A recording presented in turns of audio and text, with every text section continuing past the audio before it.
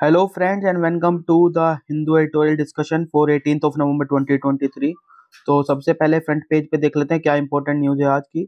जो छत्तीसगढ़ और एमपी में इलेक्शन रहे उसमें वोटर टर्नआउट जो है वो 74% से ज़्यादा रहा है। ठीक है, दोनों में ही वहाँ पे अगर आप देखें मध्य प्रदेश में जो हुआ है वो 76.22% जो है वोटर टर्नआउट रहा। वहीं पे जो सेकंड फेज का इलेक्शन था छत्तीसगढ़ में, जहाँ पे क्योंकि 20 ऑलरेडी हो चुके हैं, जो 70 कॉन्स्टिट्यूएंसीज में जो इलेक्शन होना था सेकंड फेज में पोलिंग के लिए, वहाँ पे भी जो टर्नआउट है वो कम से कम 74% जो वो रहा है।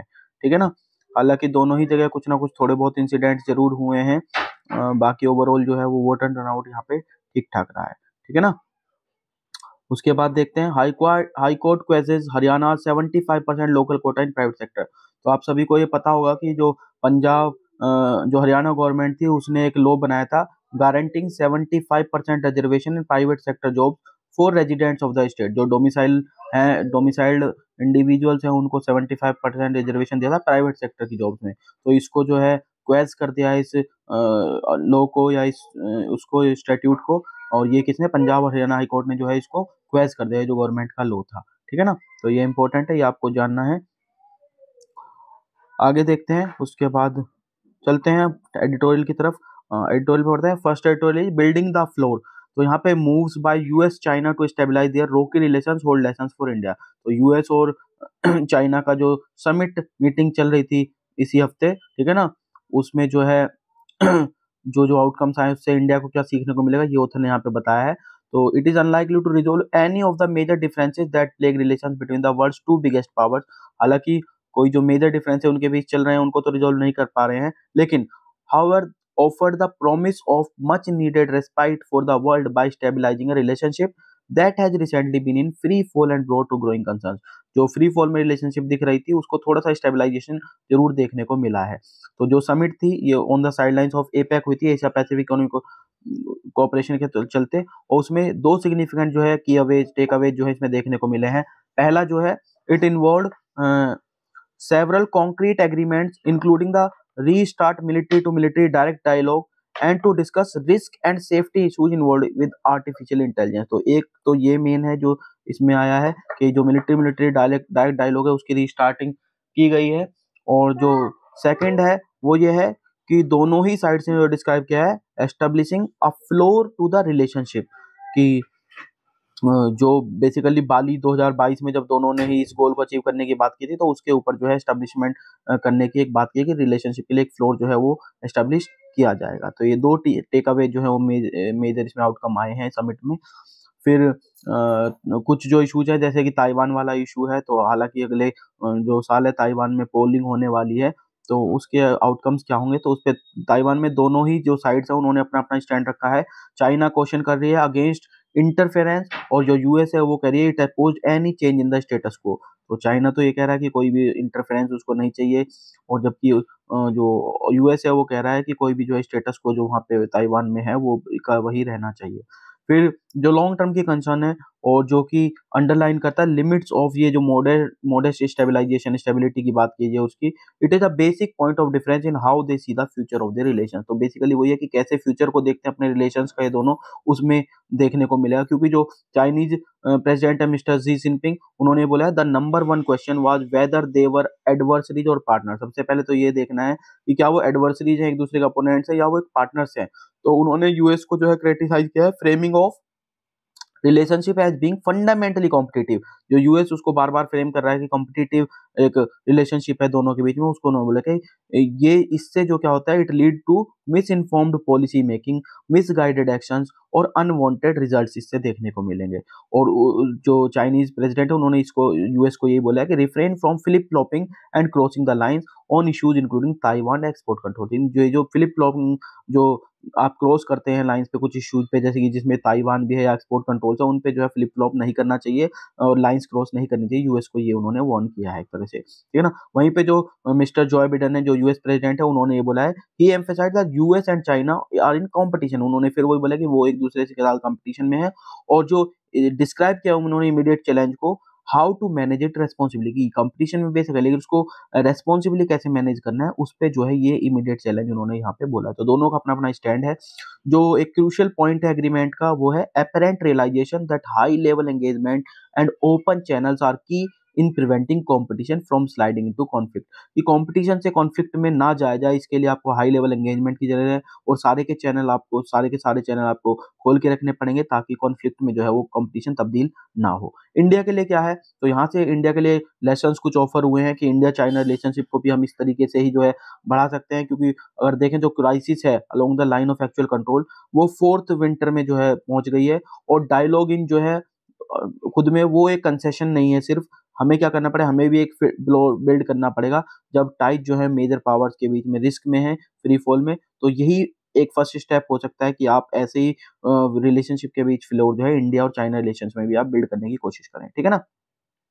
Summit clash, India will need to be at its best against Australia in the final, तो इंडिया और ऑस्ट्रेलिया दोनों आईसीसी मेंस क्रिकेट के वर्ल्ड कप में पहुंच गए हैं फाइनल में, तो यहाँ पे जो है इंडिया को जो है बेस्ट परफॉर्म करना पड़ेगा, ये ओथर ने यहाँ पे सजेस्ट किया है।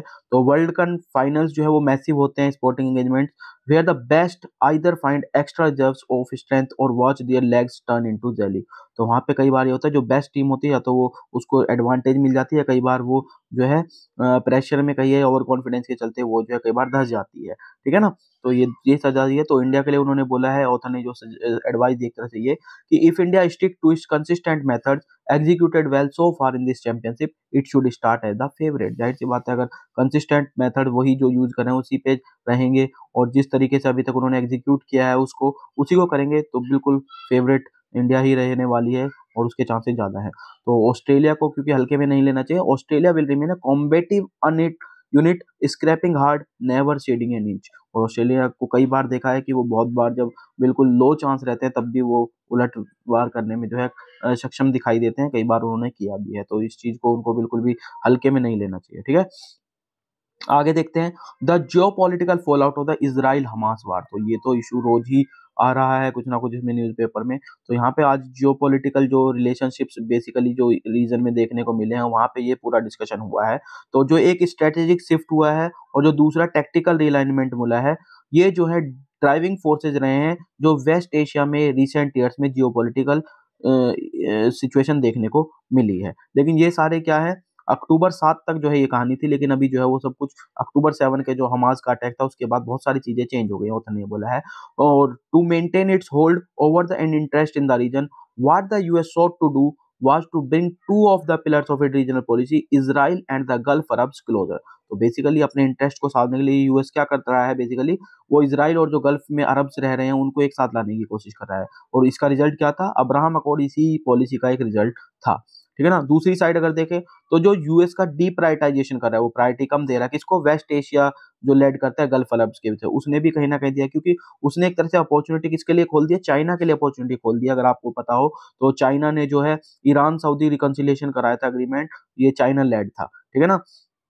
जो यूएस का रेस्पॉन्स है सऊदी ईरान डिटेंटे का वो भी डबल डाउन हुआ है अब्राहम अकॉर्ड्स के चलते। जो बिडेन एडमिनिस्ट्रेशन है वो बेसिकली इन्वेस्ट किस में कर रहा है, talks between the Saudis and the Israeli की बात में, वहीं पे चाइना को जो अपॉर्चुनिटी उसने उसका फुल यूज किया, और इसी के चलते ये जो सऊदी और इजराइल के बीच बातचीत होने की बात चल रही थी उसी के चलते हुए जो है यूएस ने एक तरह से ये भी प्रोस्पेक्ट दिखाया था डील की, इंडिया मिडिल ईस्ट जो यूरोप इकोनॉमिक कॉरिडोर है वो भी प्रपोजल जो है किया था, लेकिन ये जो अक्टूबर 7 का हमास अटैक आया उसके बाद जो है कोई भी एक तरह से इसको सर्टेनिटी नहीं है कि ये होगा या नहीं होगा, ठीक है। री रीजनलाइजेशन ऑफ पैलेस्टीन, तो हमास जो है वो कंट्रोल कर रहा था गाजा को सिंस 2007, ये हम सभी को पता है, कई बार हम डिस्कस कर सकते हैं।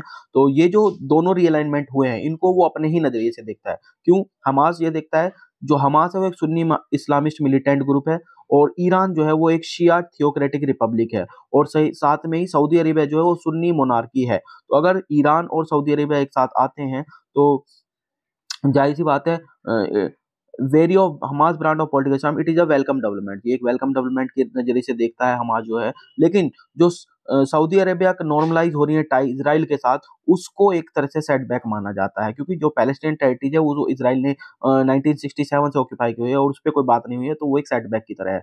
1978 में जब कैंप डेविड एग्रीमेंट हुआ था तो इजिप्ट ने जो है इसराइल के साथ साइन किया था फ्रेमवर्क फॉर पीस एग्रीमेंट, उस जो बेसिकली जो ओस्लो अकॉर्ड्स हैं, ओस्लो प्रोसेस है, उनके लिए ब्लूप्रिंट का उसने काम किया था। ये आपको याद रखना है 1917 में कैंप डेविड एग्रीमेंट। उसके बाद ओस्लो अकॉर्ड्स आए और फर्स्ट ओस्लो अकॉर्ड जो है वो साइन हुआ 1993 में, जहाँ पे जॉर्डन ने जो है पीस ट्रीटी साइन करी इजराइल के साथ। ये दूसरा पॉइंट आपको याद रखना है प्रीलिम्स के लिए।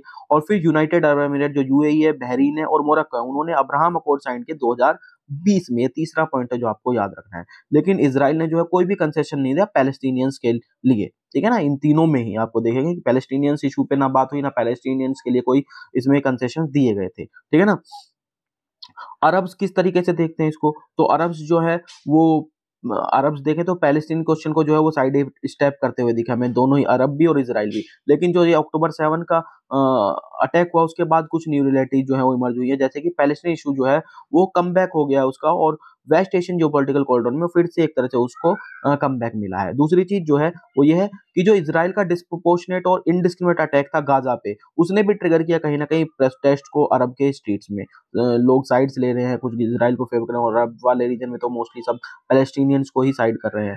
फिर तीसरा उन्होंने बताया कि जो इसी में बताया उन्होंने कि जो अरब कंट्रीज हैं जो कि वॉयलेंट डिस्टर्बेंसिंग देख रही थी लगभग 10 साल पहले, वो कंप्लीटली टर्न अवे नहीं कर सकती। ये जो पैन अरब सिंपैथी है पैलेस्टीनियंस के लिए उसको, या एंटीपैथी जो है इसराइल की तरफ से। और तीसरा उन्होंने यहाँ पे बताया कि एक ईरान फैक्टर तो हमेशा जो है वो हमेशा रहेगा ही, क्योंकि जो ईरान है उसने अपना प्रो पैलेस्टीन रिटोरिक को जो स्टेप अप किया है, और कलेक्टिव एक्शन के लिए उसने बात की इसराइल के अगेंस्ट। वहीं पे जो प्रॉक्सीज हैं इसके, जैसे कि हौथी हैं यमन में और हिजबुल्लाह है लेबनान में, उन्होंने भी जो है लिमिटेड अटैक जो है इसराइल पे वो किया है। तो ईरान जो फैक्टर है उसको भी आप साइडलाइन नहीं कर सकते हैं, वो भी एक इमर्ज होके आया है। फिर ईरान क्या कर रहा है, it is trying to claim the leadership of the Islamic world bridging the Shia Sunni divide. तो जो सुन्नी और शिया के बीच डिवाइड है उसको ईरान जो है लीडरशिप इस्लामिक वर्ल्ड की लेने के लिए उसको ब्रिज करने का जो है काम कर रहा है, ठीक है ना। तो यहाँ पे जो अरब, सऊदी अरेबिया और जो बाकी अरब कंट्रीज है उनके लिए डिफिकल्ट चॉइस है जो दोनों की, वो इग्नोर करें जो एंगर ये अरब स्टेट्स में देखने को मिल रहा है, या फिर ईरान को जो है जो कोज लेने की बात कर रहा है, आगे जो लीडरशिप की बात कर रहा है उसको चलते जो उसको आगे बढ़ने दिया जाए। तो ये यहाँ पे डिफिकल्ट चॉइस है। फिर साथ में यहाँ पे ओथर ने यूएस की भी बात की है कि यूएस ने प्रपोज किया था जो पोस्ट द वार था, कि जो पैलेस्टीनियन अथॉरिटी है वो जो है जो वेस्ट बैंक वाले रीजन है और जो उसमें जो उसको लिमिटेड पावर दी थी वो उसको वापस दी जाएगी, और उसको गाजा जो है वो भी वापस दे दिया है, वो मतलब पैलेस्टीनियन उस पे जो अथॉरिटी है वो उसको कंट्रोल करेगी। लेकिन जो इसराइल के जो प्रेसिडेंट है मिस्टर नेतन्याहू, उन्होंने क्या बोला है, उन्होंने इस प्रपोजल को मना कर दिया है। उन्होंने बोला है कि अगर इसराइल जो है रिओक्यूपाई कर लेगा टेरिटरी को, तो वो सारा का सारा किसके कंट्रोल में आ जाएगा, इसराइल के कंट्रोल में रहेगा। और जो 2.2 मिलियन पीपल हैं जो डिस्ट्रेस और मिजरी में रह रहे हैं, वो ये जो करंट वेव वायलेंस है वो केवल एक लंबे स्पेल के लिए और कंटिन्यू रहने वाली है, अगर मिस्टर बेंजामिन नेतन्याहू की स्टेटमेंट देखें तो, ठीक है ना। तो रीजनल डायनेमिक्स पे भी यहाँ पे उन्होंने बोला है कि ईरान सऊदी रिकंसिलेशन जो है वो अंडर चाइनीज मीडिएशन वो एक सेटबैक है यूएस के लिए यहाँ पे। दूसरी चीज उन्होंने बोला है कि जो अरब कंट्रीज है उन्होंने भी ये दिखाया है कि इन they are showing increasing hunger for autonomy. जो चाहे यूएई है चाहे सऊदी अरेबिया, उन्होंने अमेरिकन जो सैंक्शंस थे रशिया और यूक्रेन के वार में चलते हुए उनको ज्वाइन करने से मना किया उसने। फिर जो सऊदी अरेबिया उसने ओपेक प्लस का जो कॉपरेशन है मॉस्को के साथ उसको भी उन्होंने चलाया, उसको भी उन्होंने मना नहीं किया, और वाशिंगटन की रिक्वेस्ट के बावजूद भी उन्होंने मना नहीं वो नहीं किया, डिफाई किया उसको, ठीक है ना। रिक्वेस्ट को डिफाई किया और उन पे कोई जो है उसको बंद नहीं किया, उसको कंटिन्यू किया। फिर जो चाइना है वो एक इंक्रीजिंगली ग्रेटर रोल प्ले कर रहा है गल्फ में, जिसमें सीक्रेट प्लान्स भी है, मिलिट्री फैसिलिटी बनाने की कोशिश कर रहा है वो यूएई के साथ, ठीक है ना। तो मतलब कहीं ना कहीं जो यूएस का डोमिनेंस है वो कम होता हुआ दिखाई देता है। फिर जो सऊदी इजराइल पीस प्लान था वो ड्रेल हुआ, और जो ईरानियन प्रेसिडेंट है वो उन्होंने किंगडम को विजिट किया डिस्कस करने के लिए, basically Israel's war on Gaza, ठीक है ना। तो वाशिंगटन बेसिकली क्या विटनेस कर रहा है, जो लिमिट्स हैं यूएस ब्रोकर्ड अब्राहम अकॉर्ड्स की वो लिमिट पे रीच कर गए हैं, और जो स्कोप है China brokered Iran Saudi Arabia का वो थोड़ा सा बढ़ता हुआ दिखाई देता है। तो कहीं ना कहीं यूएस का जो रोल है वो घटता दिखाई दे रहा है।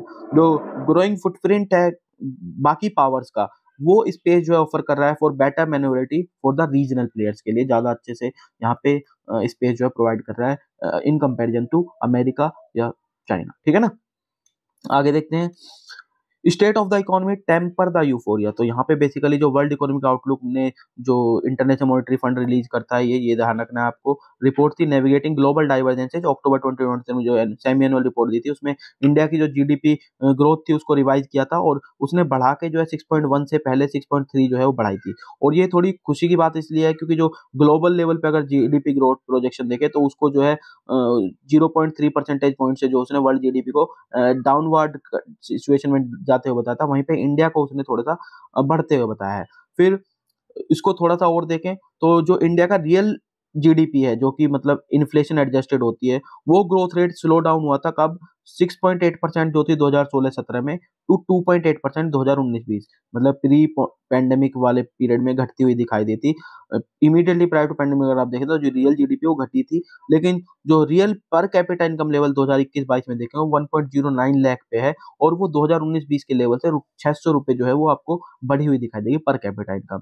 और उसी से अगले साल यानी 2022-23 में जो रिकवरी है उसने थोड़ा सा और मोमेंटम गेन किया, क्योंकि डोमेस्टिक सप्लाई जो है वो रिस्टोर हो गई, जो ग्लोबल सप्लाई चेन थी वो स्ट्रेटनड आउट हो गई, तो इनके चलते जो है थोड़ी सी रिकवरी देखने को मिली।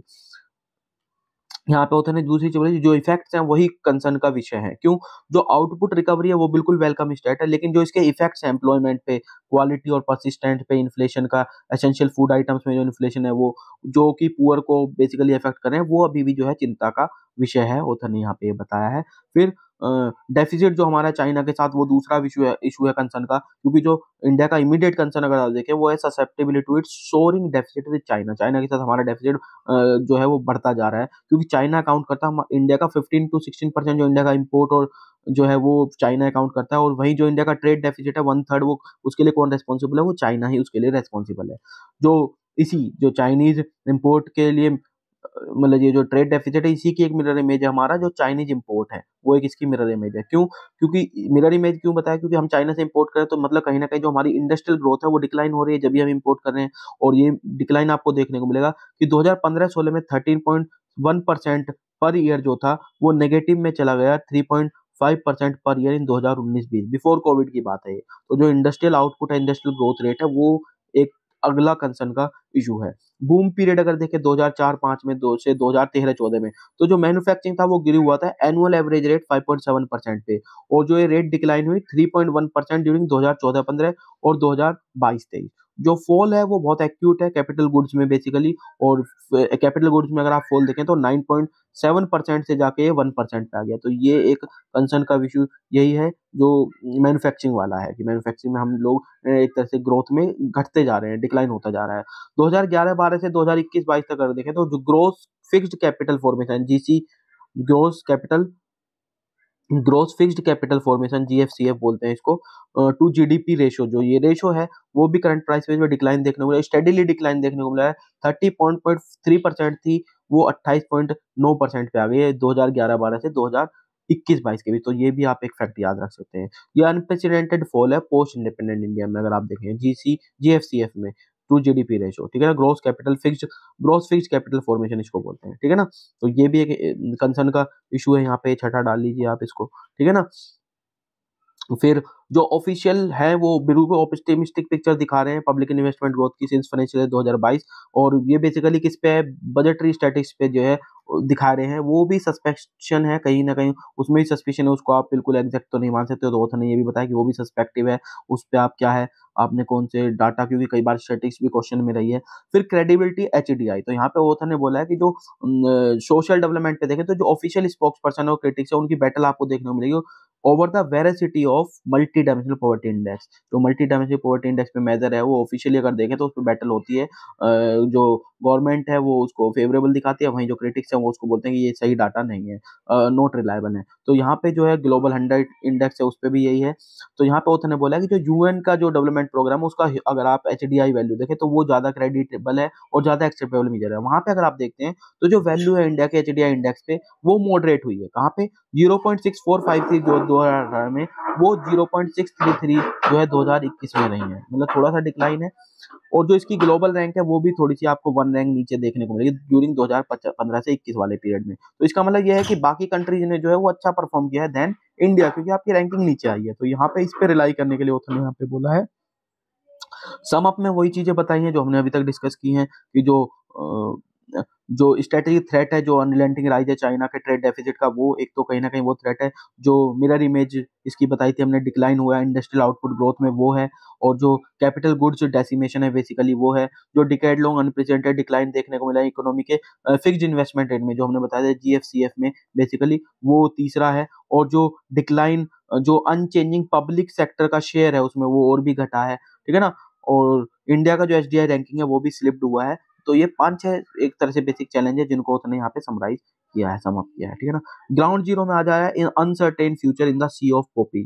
तो जो पॉपी का प्रोडक्शन है बेसिकली उसके रिगार्डिंग है, ओपीएम का जो प्रोडक्शन है उसके रिगार्डिंग यहाँ पे ये पूरा इशू डिस्कस हुआ है, जो गवर्नमेंट ने चेंज किया था 2021-22 में। उसके बाद क्या इफेक्ट आया और ये फार्मर्स कैसे इफेक्ट हुए, ये पूरा यहाँ पे हुआ। तो 2-3 चीजें आपको जो याद रखनी है प्रीलिम्स पॉइंट ऑफ व्यू से, या क्वेश्चन आ सकते हैं, उसको आपको ध्यान रखना है। तो मेजोरिटी जो है ओपीएम जो है वो 3 डिस्ट्रिक्ट से आता है, जो कि मध्य प्रदेश और राजस्थान के बॉर्डर में होते हैं। कौन कौन से? मंदसौर, नीमच और चित्तौड़गढ़। और ये मिला के लगभग 80% इंडिया का ओपीएम प्रोडक्शन को ये कंट्रीब्यूट करते हैं, ठीक है ना। तो एक तो ये।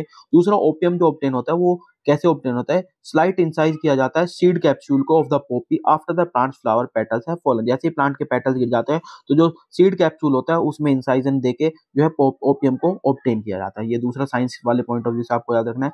तीसरा जो है, 2 मटेरियल इससे प्रोड्यूस होते हैं ओपीएम पॉपी से। एक तो ओपीएम गम जिसको हम लेटेक्स बोलते हैं, और दूसरा होता है कंसंट्रेट ऑफ पॉपी स्ट्रो जिसको सीपीएस बोला जाता है। तो हालांकि इंडिया में जो है केवल ओपीएम गम जो है, जो मिल्की सब्सटेंस होता है, वो प्रोड्यूस होता है। जो ओपीएम होता है इसमें क्या क्या होता है? इसमें मॉर्फिन होता है बेसिकली, जो कि जो क्रोनिक पेन है उसको रिलीव करने के लिए जो है माना जाता है, और मोस्टली यूज होता है फार्मास्यूटिकल इंडस्ट्री में मेडिसिन बनाने के लिए। इसकी जो फ्लिप साइड है, मतलब नेगेटिव साइड ये है कि जो ओपीएम है उसमें जो ओपियोइड्स हैं उनको जो है उनका जो ओपीएम है उसका यूज ओपियोइड्स बनाने के लिए भी किया जाए, जैसे कि हीरोइन, ठीक है ना। तो क्योंकि जो हीरोइन है दैट इज एडिक्टिव सब्सटेंस, तो इसको जो है मेंटल क्लाउडिंग कोज कर सकता है, हेलुसिनेशंस कोज कर सकता है। तो ओपीएम प्रोडक्शन इसीलिए जो है हाईली रेगुलेटेड है इंडिया में। ये हम सभी को पता है कि ओपीएम का जो प्रोडक्शन है, इवन कलेक्शन, प्रोडक्शन, सब चीजें जो है हाईली रेगुलेटेड है। जो गम प्रोड्यूस किया जाता है वो सोलली कौन कंट्रोल कलेक्ट करता है, प्रोक्यूर करता है? इसका प्रोक्यूरमेंट सोलली सिर्फ सेंट्रल ब्यूरो ऑफ नारकोटिक्स करता है, जो कि किसके अंडर काम करता है? यूनियन फाइनेंस मिनिस्ट्री का। तो आपको एक बात ये याद रखनी है कि जो सेंट्रल ब्यूरो ऑफ नारकोटिक्स है वो किसके अंडर काम करता है? वो यूनियन फाइनेंस मिनिस्ट्री के अंडर काम करता है। फिर उसके बाद यहाँ पे वो इशू होते हैं कि जो 2021-22 का क्रॉप ईयर था, उसके बाद जो है यूनियन गवर्नमेंट ने पॉलिसी में चेंज किया था, ओपीएम पॉलिसी में, और उसमें अलाउ किया था बेसिकली प्राइवेट प्लेयर्स को कि वो जो है सीपीएस, जो हमने अभी बात की थी, उसको प्रोड्यूस कर सकते हैं ओपीएम से, ठीक है ना। जिससे कि जो एल्कलॉइड्स है उनकी यील्ड को बढ़ाने के लिए बेसिकली ये लाया गया था। लेकिन जो कुछ शिफ्ट करने के बाद जो है बेसिकली गवर्नमेंट ने क्या इस मतलब किस वजह से शिफ्ट लाया गया था, किस लिए, उसके लिए गवर्नमेंट ने जो आर्गुमेंट दिए थे उसमें ये था कि जो शिफ्ट किया है सीपीएस मेथड के बाद, तो इंडिया जो है वो पार पे आ जाएगा, एट द लेवल आ जाएगा अदर नेशंस के साथ में, क्योंकि बाकी कंट्रीज ऑलरेडी शिफ्ट कर चुकी थी सीपीएस मेथड के लिए। फिर दूसरा ये भी बताया था कि जो अगर सीपीएस पे मूव करते हैं तो ये एक अपॉर्चुनिटी प्रोवाइड करे इंडिया के लिए to regain its marketplace through the export of CPS, क्योंकि जो ग्लोबल मार्केट में जो है वो इंडिया का जो ओपीएम में डिमांड है वो घटती हुई दिखाई दे रही थी। तो उससे जो है कि मतलब मार्केट में फिर से रीगेन कर लेगा अपना प्लेस। तीसरा जो है, जो सीपीएस है वो लेस लेबर इंटेंसिव है देन लेंसिंग मेथड, जो पहले फार्मर्स यूज कर रहे थे अभी तक, उससे ज्यादा लेबर कम लेबर इंटेंसिव मेथड है। तो यानी कि इससे जो है बेटर ड्रग जो है वो इंश्योर करने में। दूसरा लास्ट जो बताया कि जो ड्रग एनफोर्समेंट है, ड्रग लॉ एनफोर्समेंट है, उसको अच्छे से इंप्लीमेंट एग्जीक्यूट करने में जो है हेल्प करेगा, क्योंकि जो इससे क्या होगा, सीपीएस से जो इलिसिट मार्केट है ओपीएम गम की, वो कहीं ना कहीं उसमें रिडक्शन या डिक्लाइन देखने किया जा सकता है। तो ये 4 जो है मेन कारण दिए थे और गवर्नमेंट ने, जिससे शिफ्ट करने के फायदे बताए थे कि भाई ये एडवांटेज होने वाले हैं शिफ्ट के। लेकिन जो फार्मर्स हैं, जो और बाकी स्टेक होल्डर्स हैं, पब्लिक है, वो कहती है कि ये जो है वो उससे नुकसान ही हुआ है, क्योंकि फार्मर्स बिलीव कर रहे हैं कि जो प्राइवेट कंपनीज जो अगर आप इसमें ले आ रहे हैं तो वो जाहिर सी बात है they will pose a threat not just to their profession, केवल उनका प्रोफेशन ही इसमें खतरे में नहीं है, जो नेशनल सिक्योरिटी है वो भी कहीं ना कहीं उसको भी जो है खतरा है, उसके लिए भी थ्रेट है, क्योंकि ओपीएम जो है वो मिसयूज की जा सकती है। अगर कोई ड्रग माफिया को एक्सेस मिल जाती है अल्कोलॉइड्स की, जाहिर सी बात है वो इसका यूज गलत तरीके से करता है, और जो ड्रग्स हैं वो रैम्पेंट मात्रा में जो है वो देखने को मिलेंगे रीजन में। फिर जस्टिस जीडी सक्सेना थे, जो रिटायर्ड जज थे मध्य प्रदेश हाई कोर्ट के, और वो रेजिडेंट भी थे मंदसौर के, तो उन्होंने भी इसी तरह की कंसर्न दी थी। उन्होंने बोलता कि opium is reportedly coming to Mandsaur from illegally cultivated areas too, ऐसा नहीं है सिर्फ लीगल एरिया से आ रहे हैं, जो मंदसौर में है वो कई बार इलीगली जो कल्टिवेटेड है वहां से भी आपको ओपीएम मिलता है। जैसे कि पंजाब है वो स्ट्रगल कर रही हैं अभी भी सिंथेटिक जो ड्रग्स हैं उनको कंट्रोल करने के लिए। और प्राइवेट प्लेयर्स को अगर आप एंट्री दे देंगे ओपियम प्रोसेसिंग में, तो एक्सट्रीम क्वेश्चन के साथ आपको ये सब करना पड़ेगा, फिर आपको कंट्रोल जो है थोड़ा सा और मुश्किल हो जाएगा, ठीक है ना। तो यही सारे कंसर्न जो है यहाँ पे फार्मर्स लीडर्स ने और सब ने बताए हैं। फिर यहाँ पे जो है जो और ये है कि फार्मर्स ने ये भी बोला है कि कोई ट्रांसपेरेंसी नहीं है सीपीएस मैकेनिज्म में, क्योंकि गवर्नमेंट जो है वो कंसीडर करे policy which will enable farmers to sell the additional opium gum extracted over and above the limit set by the government. ये कहा जा सकता था कि जो फार्मर्स हैं जो भी एडिशनल ओपियम गम उसमें हो रहा है उसको वो सेल कर सके मार्केट में, ठीक है ना, ओपन मार्केट में, जो कि ओपन मार्केट कौन मॉनिटर करे, गवर्नमेंट मॉनिटर करे, तो उससे उनकी इनकम भी बढ़ेगी और ये एडिशनल भी आपको बनाने में हेल्प मिलेगी। प्राइवेट उसकी जगह मतलब बेसिकली ये कर सकते थे। फिर ये भी सजेस्ट किया कि जो प्रोक्योरमेंट प्राइस ऑफ ओपियम का वो बहुत टाइम से जो है चेंज नहीं हुआ है, वो 1980 मतलब बहुत टाइम से, काफी टाइम से जो है सेम ही रखा हुआ है। फॉरेन कंपनी जो है वो बेनिफिट करेंगी इस सीपीएस सिस्टम से, जो ओल्ड सिस्टम है उसको कंटिन्यू करना चाहिए फार्मर्स को प्रोटेक्ट करने के लिए, और जो नई फैक्ट्रीज हैं वो पब्लिक सेक्टर के अंडर ही खुलनी चाहिए, ये भी सजेस्ट किया है। ये जो नीरू एल जाट हैं जो भारतीय किसान यूनियन चित्तौड़गढ़ डिस्ट्रिक्ट के हैं उन्होंने यहाँ पे बोला है, ठीक है ना। फिर several farmers have been in jail for years for the illegal sale of opium, और लीडर्स ये भी बिलीव करते हैं कि इस तरह के इंसान जो ये प्राइवेटाइजेशन किया उससे जो है या जो ये स्मगलिंग वाला इंसिडेंट है वो और बढ़ेगा, और इस तरीके से जो प्राइवेट प्लेयर्स है ये इंस्टांसेस उनको आने से और ज़्यादा बढ़ जाएँगे।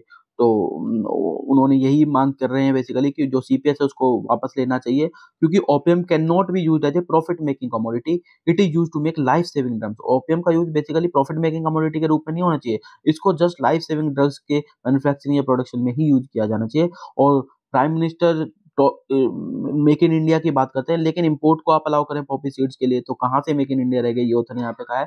और ये दूसरा ऑथर ने बोला ये पार्टी का इशू नहीं है, ये इशू है फार्मर्स का। इस पे आप उस नजरिए से सोचिए कि फार्मर्स का इशू है, ये कोई पार्टी वाला इशू नहीं है। तो ये यहाँ पे पूरा सजेस्ट किया गया है, ठीक है ना।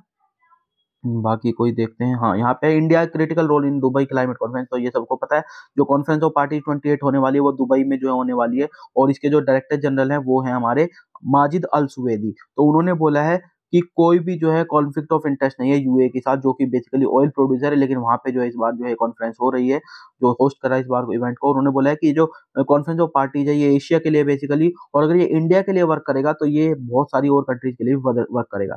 तो इन्होंने यही बोला कि जो भी all net zero projections for 2050 do account for a limited amount of fossil fuels. बिल्कुल बात है, वो अकाउंट करेंगे सब लिमिटेड अमाउंट के लिए, फॉसिल फ्यूल्स का आपको कम से कम लिमिटेड यूज करना है। और उन्होंने ये भी सजेस्ट किया we need to make sure that mix is the right one to achieve the 1.5 degree Celsius target. और एक मिक्स जो आपकी अप्रोच है वो इसमें काम करेगी, जो 1.5 डिग्री सेल्सियस का हमने टारगेट रखा है अचीव करने के लिए। तो यहाँ पे इंडिया के लिए बोला है कि बेसिकली इंडिया का जो है वो क्रिटिकल रोल रहने वाला है, ये जो दुबई की कॉन्फ्रेंस ऑफ पार्टीज होने वाले क्लाइमेट कॉन्फ्रेंस, उसमें इंडिया को एक लीड क्रिटिकल रोल जो है प्ले करेगा, ठीक है ना।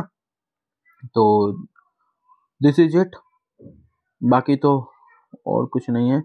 समिट क्लैश होने वाला है इंडिया और ऑस्ट्रेलिया के बीच कल अहमदाबाद से, तो आपको क्योंकि स्पोर्ट्स से देखिए क्वेश्चन आने लगे हैं अब, और उसमें क्रिकेट भी काफ़ी बार देखने को मिला कि पूछा जाता है, तो आपको ध्यान रखना है कि थोड़ा सा वर्ल्ड कप भी चल रहा है, तो उसके रिगार्डिंग भी आपको फैक्ट याद रखनी, कौन सी टीम कितनी बार वर्ल्ड कप जीती है, इंडिया कितनी बार फाइनल में पहुंची है, ऑस्ट्रेलिया कितनी बार पहुंची है, और इस बार प्लेयर ऑफ द टूर्नामेंट कौन रहने वाला है, ये सब चीज़ें थोड़ी सी आपको, सबसे ज़्यादा विकेट्स किसने लिए, उनके कई बार नंबर भी पूछे गए एग्जैक्ट कि कितने विकेट लिए थे, और कितने कितने रन सिक्योर किया हाईएस्ट स्कोरर ने, वो सब पूछे जाते हैं। तो इन सब पे आप थोड़ा सा ध्यान रखेंगे, एक नज़र भर मार लीजिएगा स्पोर्ट्स पेज को, बेसिकली जो वर्ल्ड कप चल रहा है उसके, तो भी काफ़ी रहेगा, ठीक है। तो दिस इज इट, होप आपको ये डिस्कशन अच्छा लगा होगा, और आपको ये डिस्कशन जैसा भी लगता है आप कमेंट सेक्शन में बिल्कुल बता सकते हैं, और कुछ इम्प्रोवाइजेशन है तो वो भी बताइए, बाकी शेयर करिए ताकि आउटरीच बढ़े। So thank you.